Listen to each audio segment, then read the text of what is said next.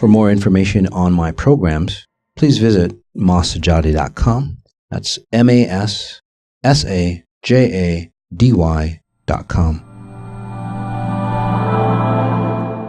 Hello, this is Masajadi, and welcome to my podcast, Exponential Intelligence.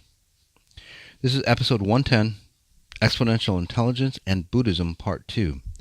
This episode continues the exploration of the Buddhist faith we started in episode 109, including how the principles I teach compare to what Buddha taught, as well as deep truths behind the different tenets of Buddhism.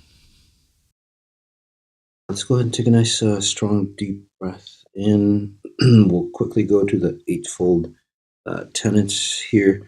The Eightfold Path is a way to live one's life. One does not have to master each item before going on. One can even work on all of them at once. So right understanding, right? Just being able to comprehend that there's a difference between what is and what one desires to be is sufficient. Right? EI doesn't really see that as a problem, because if you're ascended, it's just one. It just is. If you're not, then you get to see the differences. But note, there's an infinite regression on the whys and hows things came to be the way they are. Again, EI sees it as just programs. So in that scenario, it's true. Right? So it's a progression from your family lineage. That is called karma. Right? The important thing is to see on how one creates suffering. Then one will see how others create suffering. That process deepens understanding and develops compassion. Called karma. I don't know how they define karma. That is called karma. So let's just read it again. But note, there is an infinite regression on the whys and hows things came to be the way they are. This is called karma. Right? I call it programming. And then most people think that you were awakened. No matter what religion or spiritual movement that you go through, you were awakened when you created the life that you chose. Simply not true. If you were an awakened individual, let me just ask you this question. Say that you realize where you are right now. Okay? If you had a choice to create the life that you did, would you create that life that you did? And that's human consciousness. That's the human answer. So if you're at spirit level, why would you create the life that you did? To create more suffering, to bind you in that space, to move away from it? No, not at all. Basically, it's just simple DNA, simple hereditary. We've gotten distorted over time, right? Because time and space distorts us. So over generations, from Adam and Eve, we believe in Adam and Eve, or again the first humans that came through, not just say a single pair. If they were true Buddhists, they would have never had sex, so we would have never propagated. So think of that one. As we've propagated, right, the distortions of time and space came about, right? And then after generation, we came into default settings. So basically, through DNA, right? So through evolution, we've gotten distorted. Right? It's our job to awaken, not just for us, through evolution. Okay? Our offspring, again, if you're all true Buddhisms, human race would perish. The offsprings would be enlightened, and that's our true destiny, to be so enlightened that, we wouldn't need physical form here, and thus fulfilling Buddha's prophecies, right, of not needing anything physical, okay? Because we're walking here in spirit form, although we can create anything that we need to or want to from our spirit. So right thought, that's number 2. Wants and desires are thoughts. One can learn to select those thoughts which alleviate suffering, which is true. Frivolous thinking can be given up for thinking about what is needed to meet basic necessity of life. Okay? But what do you consider basic? Ask anybody, and you'll get ask 10,000 people. You'll probably get say 10,000 different answers on what are the basic necessities of life. And then to think of it even deeper, okay, so why were we created with such high intelligence that we could master the physical realm, where we can create, say, metals, fabrics, and so on, right? We can create computers, telecommunication, all those things. Why were those created if we were supposed to stay away from them? We're actually there to master them. But unfortunately, what's happened is those things have mastered us. We've become slaves to them. It's like money. It's supposed to be a tool, right, to help us ascend higher, to help us say move away from the simplicity or the distortions or the distractions of everyday life. Right? If we were back in caveman days, or a little uh, further on, we'd spend all day hunting and gathering. Right? So obviously, through evolution, we've come to a point where the necessities of life, right, should only take, say, 1 or 2% of our energy. The other 98% or 99% should be used to evolve ourselves at a higher level. Okay? So as we evolve technologically, uh, the reason why we evolve technologically is that we get closer and closer and closer to the intricate details of how our spirit works. If you think about it. Right? It's not here to burden us. It's not here to distort us. Again, it's here to make our lives easier, right? So we can, again, concentrate on what's important, being here in spirit form, not physical necessity.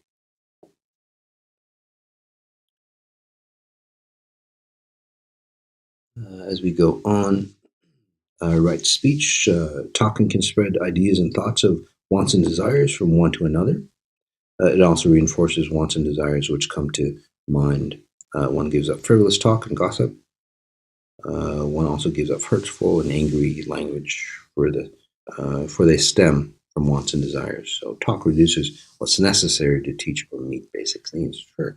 So of course that does happen. But then what if you're thinking of it? Right. It's always important to suppress your thoughts, right? Especially distorted thoughts, and just be mindful. It's a great way to be. And by mindful, I mean just be aware of your environments.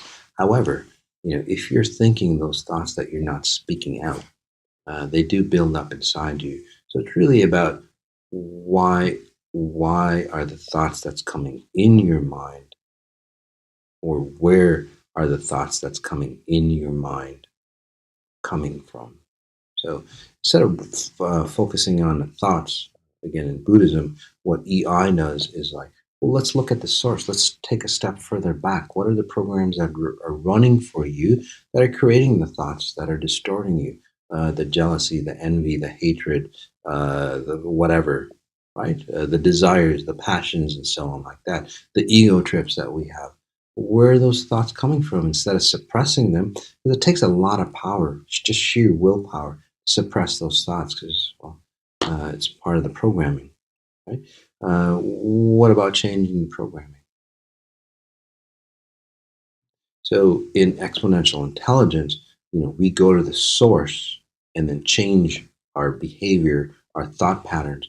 We just go to the source, we change the programming, and then our thoughts naturally reflect that programming. Right? In Buddhism, they do it backwards. They think about the thoughts, and over time, right, if you've done it right, hopefully, and it's not just Buddhism, it's pretty much every other uh, process that happens, whether it's religion or teachings or anything like that, or self improvement. It's always from the outside in. You're forcing something that you desire inside of you. And that's what Buddha didn't want in the first place, right? Forcing those desires. Being free of thought is an actual desire. So, and Buddha had wanted us to, say, remove all desires, right? Having the desire to be enlightened, that's a desire. You cannot, in its true form, the way Buddha lived, in his true form, he was just here. There was no desire to enlighten. Right? There was no trajectory to go forward. He was just here, just being. Right? Exponential intelligence does the same thing, again, from a different standpoint where you just start to be. And then there's no desires, by the way. There's no desire of even, say, setting higher. I hear students all the time go, Moss, I don't even care about ascending higher. I don't care about connecting to pure source even higher. I just want to be. I want to just be here. That's when you realize that you are just here. That's when connecting to pure source comes in even stronger, just naturally.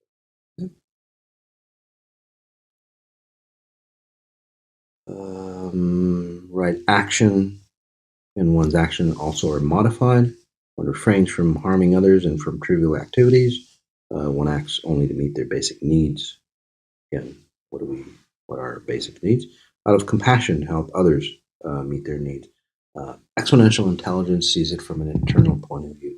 Instead of having laws, it's just very similar to the government or government, city, state, whatever country, putting laws out there for us to conform by. Think of it this way, though. If you were an ascended being, would you need laws? Would you have to refrain from anything? No, you'd be conscious. It's always exponential intelligence. Teaches us that it's always a win-win situation if you are, say, in that enlightened space and working out of EI. So there's no reframing. You just are. If everybody was, say, in an enlightened level, well, there wouldn't be any law enforcement because there's no desire to control. There's no desire to oppress. There's no desire to, say, take away from anybody, right, to enhance you. So again, and you know what really just bugs me? Uh, I'll get off my rant here, or I'll get in my rant and then I'll get off. Is that I see these signs, and they're so simple. It's like yield to pedestrians. Well, isn't that obvious? Yielding to a pedestrian that's crossing the street. That should just be an obvious one, right? Or stopping for pedestrians. There's other signs. There's just so simple. I mean, it's just so much. There's no logic behind it. You just do that because you're human, and then we have to have signs to order people to do things because we're so distorted, right? We're so in our little world that we can't even figure out to stop for pedestrians. That's why they have those signs. What has happened to humanity, and why did or how did all these religions bring up say such individuals that we have to have laws, distorted laws like that? There are laws in the books for every little detail. Right? Again, none of that would be needed if religion did, the job that it's supposed to do, or parenting did, or our government did. Again, we would save a lot of tax dollars. Anyway, that's my rant. The right livelihood, how one chooses to live and bring sustenance to their home, becomes important. One gives up lying and taking from others, considered legal. Others, even if it is considered legal, society in favor of giving to self and others. Careers, jobs, or hobbies which promote peace and prosperity are all taken up over those which bring harm, which bring fame or fortune to oneself. So again, right livelihood. So why would fame and fortune be? Um, uh, why is that different? Careers, jobs, or hobbies which promote peace and prosperity for all are taken up over those which bring fame or fortune to oneself. So why couldn't prosperity? Why couldn't fame and fortune promote peace and prosperity? Why do they have to be conflicting? There has to be. There obviously is a solution for that, right? Why does, again, great fame and fortune necessitate that it's not peaceful for others? Look at Buddha. He transformed millions of lives. That's a lot of fame. So, again, there in itself, uh, there's a lot of there's a lot of conflict in that state. So, and again, it goes back to the distortions about money. If you were true and enlightened being, money would be used a tool, would be used as a tool. It would never be a distortion. In today's society, however, money is used as a distortion or a control factor, and that's where uh, the sentence came from. So, in this understanding, very distorted. In Buddha's understanding, again, closer to the EI definition of fame and fortune. The right concentration. Concentration is the ability to quickly discard distracting thoughts and views from which come to mind. That keeps one from being focused on the immediate task at hand. Right? Some schools of Buddhism use meditation to develop and strengthen the skills. Other schools are elaborate ceremonies and chants. True, uh, you're right, and it's very powerful. The eye says the same thing, but just to push upon that, and this is a true life experience I've had with Buddhism or Buddhists. There was a jade statue, right? The jade Buddha, uh, beautiful piece of artwork. It comes off of one piece of jade that came to the U.S. and it was traveling through the U.S. Along with it, some of the top level Buddhists, celebrating, and I happened to stay at the same house for about 3 4 days as these Buddhists. They were coming into a different country. They weren't secluded anywhere, and they were very, very distorted. And these were high-level Buddhists. They were distorted by, say, the society here. They were disturbed. Um, they were talking English, and well, they were irritated. If one was enlightened, you wouldn't have any irritation. If you're going to get irritated here in physical form just because your environment is the same, one, whatever you're practicing obviously is not working for you. And then two, if you're going to get distorted, right, or pushed around or depleted, okay, just by changing your environment physically, what's going to happen when you ascend higher? Uh, and there's more powers up there, more distortion up there that you can't control.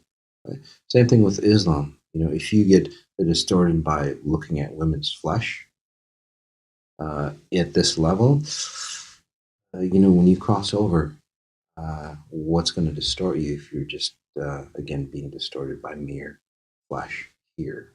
Okay? There's much more things that can push you, distort you on the other side, and take you out of that heavenly space. Um, and by the way, we'll talk about Muhammad and Islam on an upcoming podcast. Right, so right concentration. Again, it goes back to changing those programs. And so you concentrate automatically. You have right concentration. You don't have to force yourself.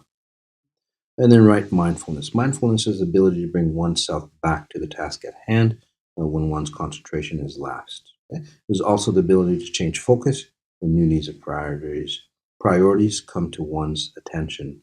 The various schools of Buddhism use meditation ceremonies and chanting to develop the skill as well. So yes, chanting, meditation, fantastic. Okay? However, just like praying, the rosary, kind of discuss this maybe in another podcast. I'll just talk about it again. So, for example, right, there's this distorted being, a distorted teacher, right? Not the purest teacher. He teaches you a certain way to meditate, okay? Or a certain way to pray. And you pray the same way, or you meditate the same way. Sadly enough, it's not about how you pray or how you meditate or how you chant. So the frequency is wrapped around what you're doing physically. Right? So say there's a dark being, whether it's pure intent or not, they're just dark. Right? They're unenlightened, or they're enlightened from, say, the dark side. Right? They teach you how to meditate. You meditate the exact same way. You're going to get, say, darkened results. I see it happen over and over and over again. Just to give you a physical example of this, very similar, but a little different. Say, for example, you've tied your shoes, right? Uh, in early childhood. Right? You tie your shoes, and this is a true story, by the way. Right? And it happens to, again, in varying forms. So you're tying your shoes, but in the morning, right, you're tying your shoes, getting ready for school. But in the morning, as you're tying their shoes, the environment around you, your parents yelling, you're getting yelled at, and so on, or getting abused, and so on, as you get forced to tie your shoes. And that was her situation. As I worked on her, and those patterns released, right, she forgot how to tie her shoes. She had to relearn how to tie her shoes. Right? Why did that happen? So that's the reverse of what I was explaining about teachers, right? Non-enlightened teachers teaching you how to meditate. It's not the physicalness of the act, right?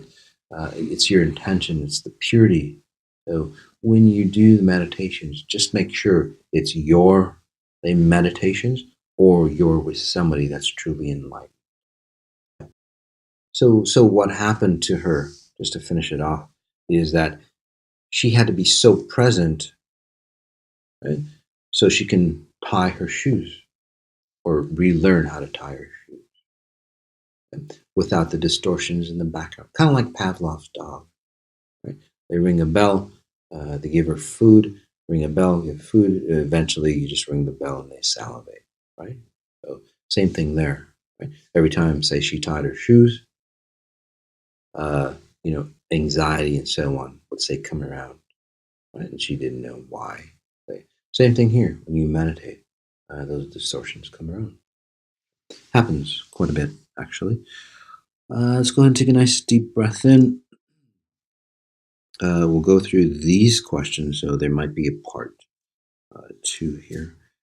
Um, um, so we talked about the distortions in Buddhism. What was your intention for your followers at the time of your enlightenment? I had no intention. Again, I had no desires. I had no intention to enlighten anybody. In fact, I didn't even know I wanted to, say, transform or become. It just happened. Once you start to become an enlightened being, okay, you naturally attract people around you that want to become enlightened like you. Again, the key is that they want to become enlightened. Right? They don't want to become like you. So, again, let me just reiterate.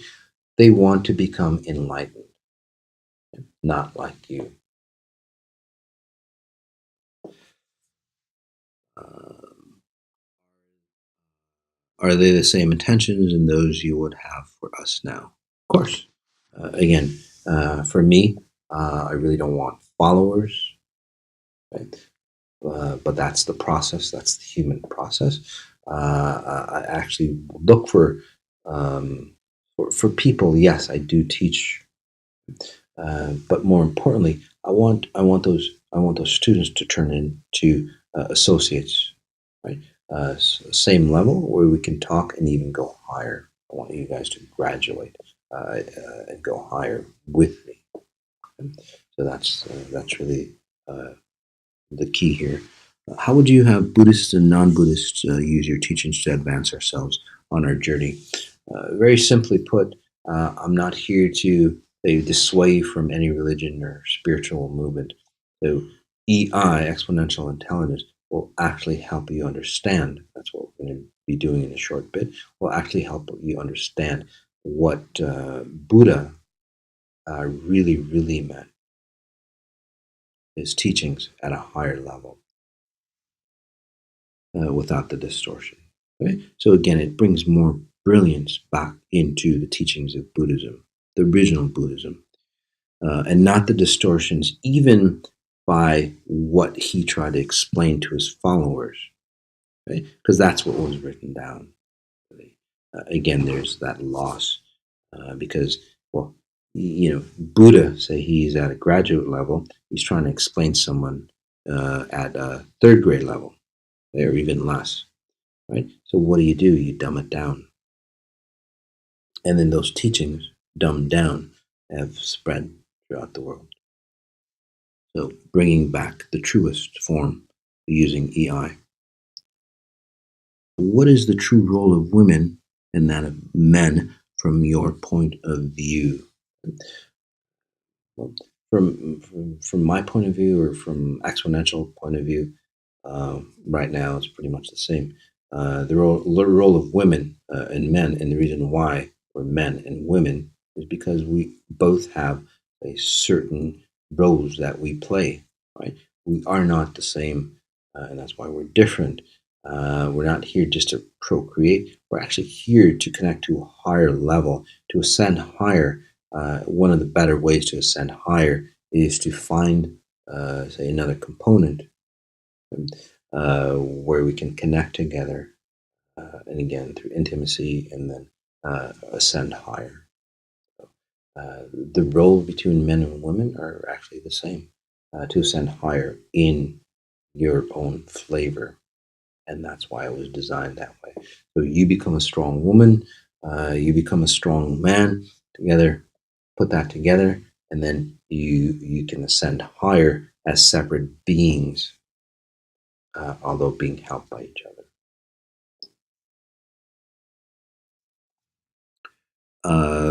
What is the role of sex? There are Buddhist monks who have abused or assaulted women, especially on the psychic level, to use sex for reaching spiritual enlightenment. What is the pure intention in the use of sex on the path of enlightenment?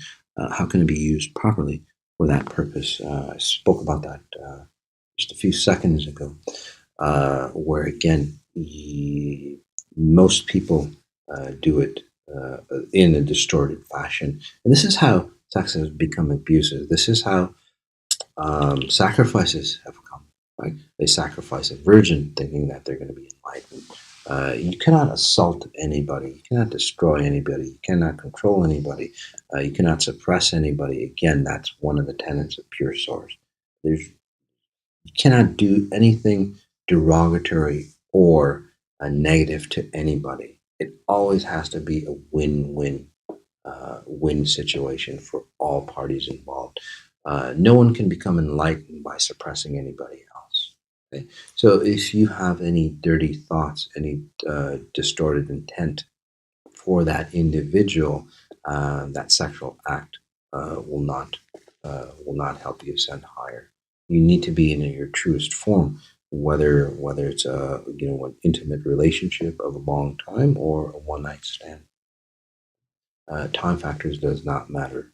Right? It's that trueness of who you are, an enlightened being, connecting to that one individual, again, whether it's a one night stand or long term relationship, which will help ascend both of you to higher levels, not leave one destroyed and then ascend. That comes from an ego standpoint. That comes from needing more and more and more people to abuse for you to maintain your power. Does that sounds like the dark side? So that's a big no through EI, and that's a big no through what Buddha, the real Buddha, would have told you as well. Let's go ahead and take a nice deep breath in. We'll jump into the meditation or meta healing. If you don't know what a meta healing is, in a nutshell, I guide you into a nice deep state of meditation, right, where you focus on your physical form, and then I'll work on you at your source code. If you won't call it your spirit, that's fine to help awaken your spirit or edit your source code. And then together, put both our efforts together, And that's where true enlightenment comes. Much easier, much faster than pretty much anything that's out there. So let's go ahead and take a nice deep breath in, just noticing where you are, hopefully standing up, just breaking away from all those patterns if you can physically stand up. If you want to sit down or lie down, that's good too. But if you feel the urge to stand up, go ahead and do so. Follow your spirit. Uh, your way didn't work out well, so follow your spirit or awaken spirit. Another strong deep breath in again. Inhaling through the nose, nice and slow, 4 count. Holding it for a few seconds or longer. Exhaling, letting it go through the mouth, nice and slow, nice and disciplined. Discipline in Buddhism is a great habit to have. As we settle in, you might notice a relaxation coming through your neck, through your shoulders, through the chest area, and right down into your spine, right into the hips.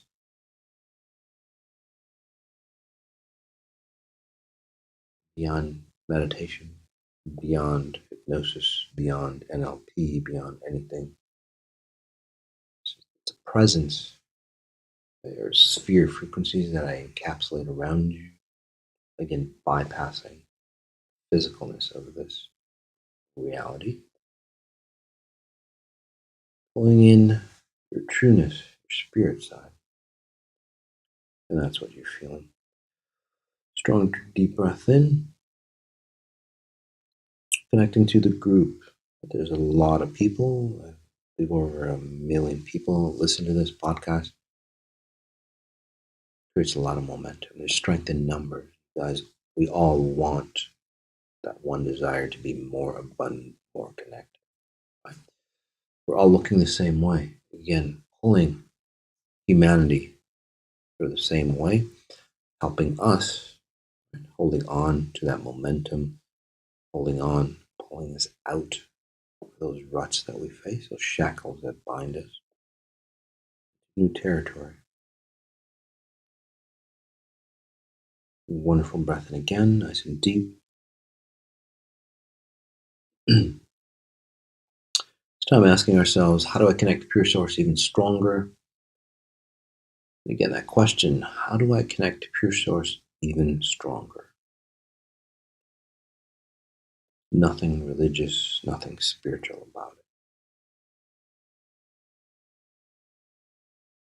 And then settling in, noticing your chin, underneath your chin, your throat, the sternum, the bone that connects the ribs in front.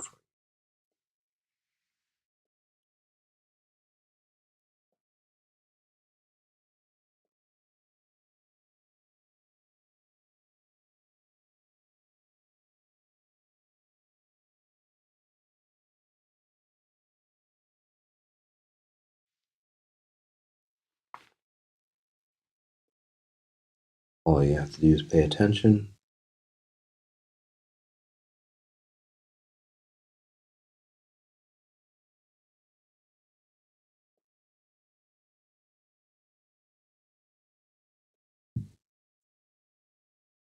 Access your source code to help you understand what Buddha really meant.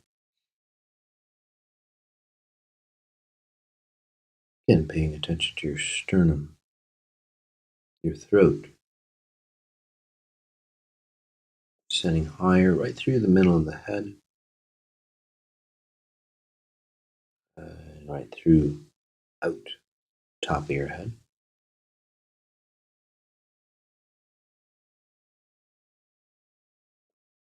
So comparing how Buddha connected to pure source,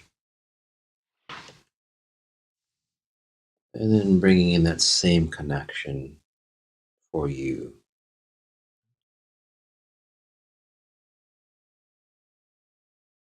As you're connecting the same way, basically bringing in Buddha's presence.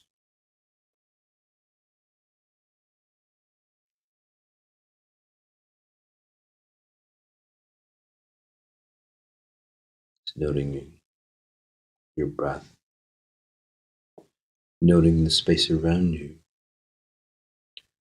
Noticing that column and from the top of your head extending on out into the universe, going deep into your head, through the throat, through the center, right behind your sternum, right into the solar plexus.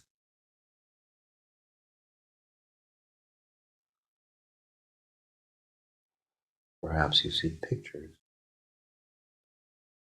of Buddha light emanating from the solar plexus.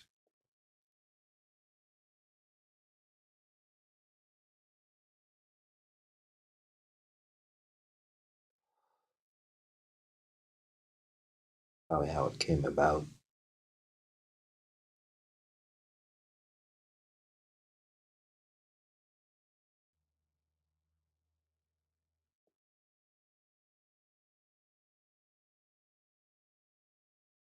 That was Buddha's way of connecting to what I call pure source.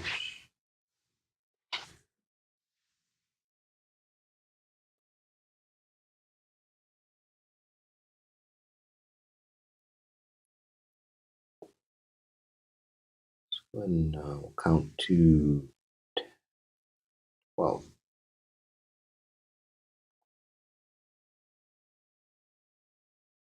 As we count to 12, I'll help you merge with Buddha connected into the way you connect. And deep breath in. Exhale 0, 1, 2, 3. Rapidly slowing down time. 4.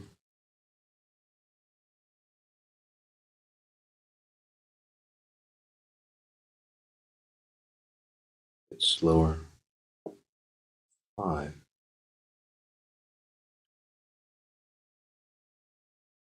Where we can disconnect from this existence.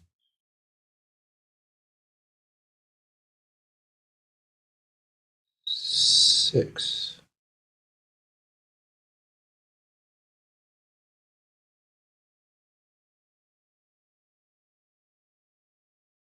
Go on to 7 as I push you out of time.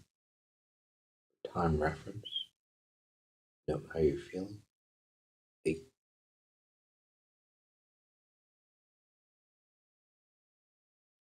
It's a little distorted, disoriented.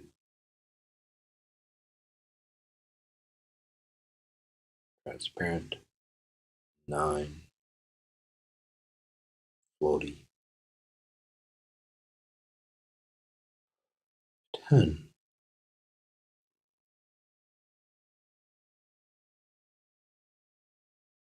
11.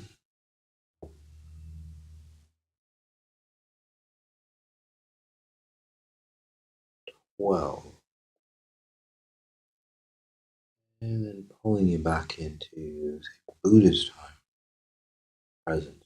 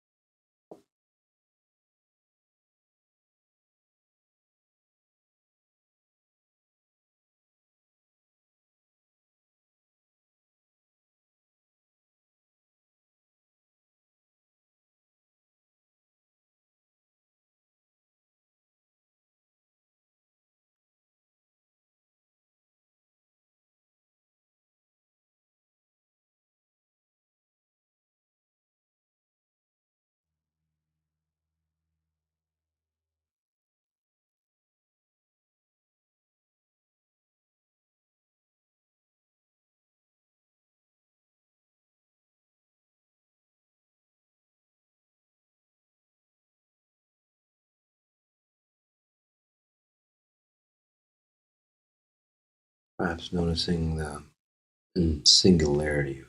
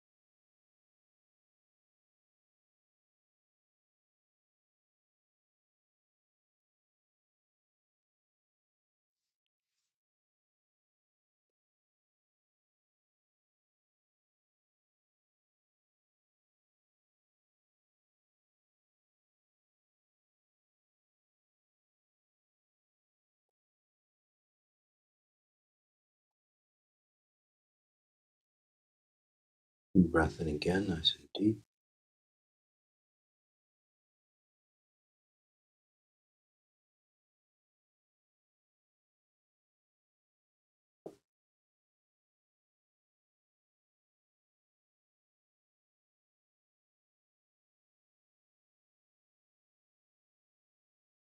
You can go ahead and leave you in this space for as long as you wish, as long as you stay quietly meditating, still being that mastermind.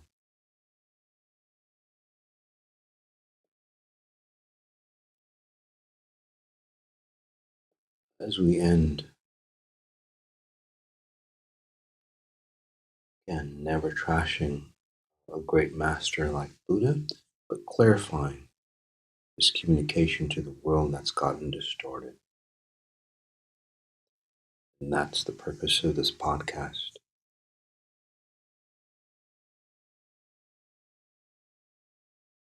Thanks for being on a call, podcast. Notice what you notice, and then notice the details of what you're noticing.